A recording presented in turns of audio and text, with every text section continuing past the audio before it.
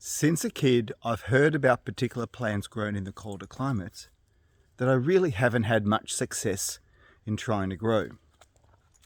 I've heard of their wonderful flowers, their wonderful fragrances, and have missed out on those particular plants because of where I lived, the subtropics. Now, some plants just do not thrive in climates where they're not used to. Some plants, you can experiment with them, and some varieties and cultivars can be pushed to the limits in different climate zones.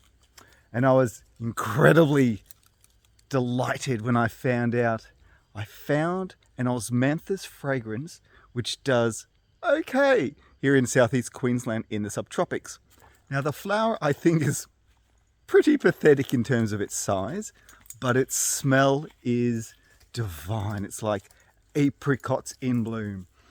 And although the individual flowers are very small and the plant is ratty and thin and quite unattractive, I think the plant is still worth consideration if you have space and if you wish to experiment a little with plants.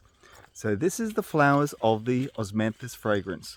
Quite small, as you can see.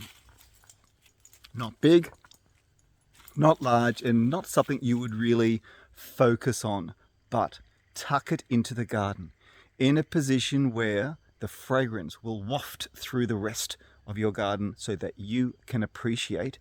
I think that's one of the key things with this particular plant. I suspect in cooler climates it produces a much more neater plant, a more attractive plant.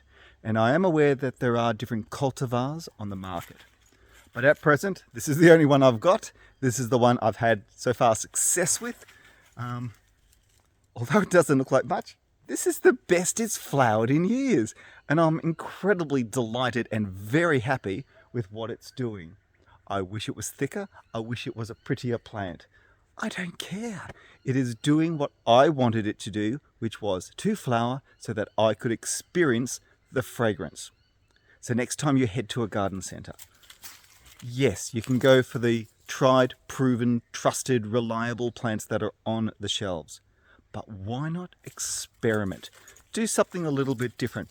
Ask for something unusual. Get something unique for your garden. Push the limits. You might have a few successes. You might have a few failures, but it is a learning experience. So check out, if you can, Osmanthus fragrans at your local garden centre, if you can track it down and if you are daring to be a little bit experimental like a plant collector is.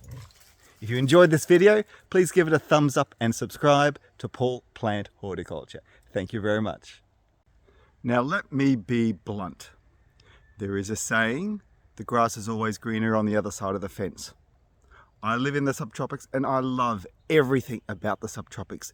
The diversity, the foliage, the flowering plants, everything. But occasionally, I just want to grow something that's a little bit different. And for that reason, that is why the Osmanthus is a little bit of a cherished plant here in my yard. I do love it. I think it's a wonderful addition, something unique in my yard, in my garden.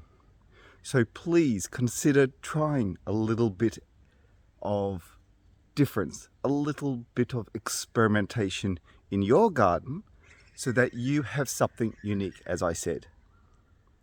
Gardening is all about experimentation. It's all about success. To succeed the best in your garden, you select the plants best suited for your climate, your soil, your situation. But sometimes it's really good to push the limits, and that's why I featured the Osmanthus fragrans in this video. I hope you've enjoyed it.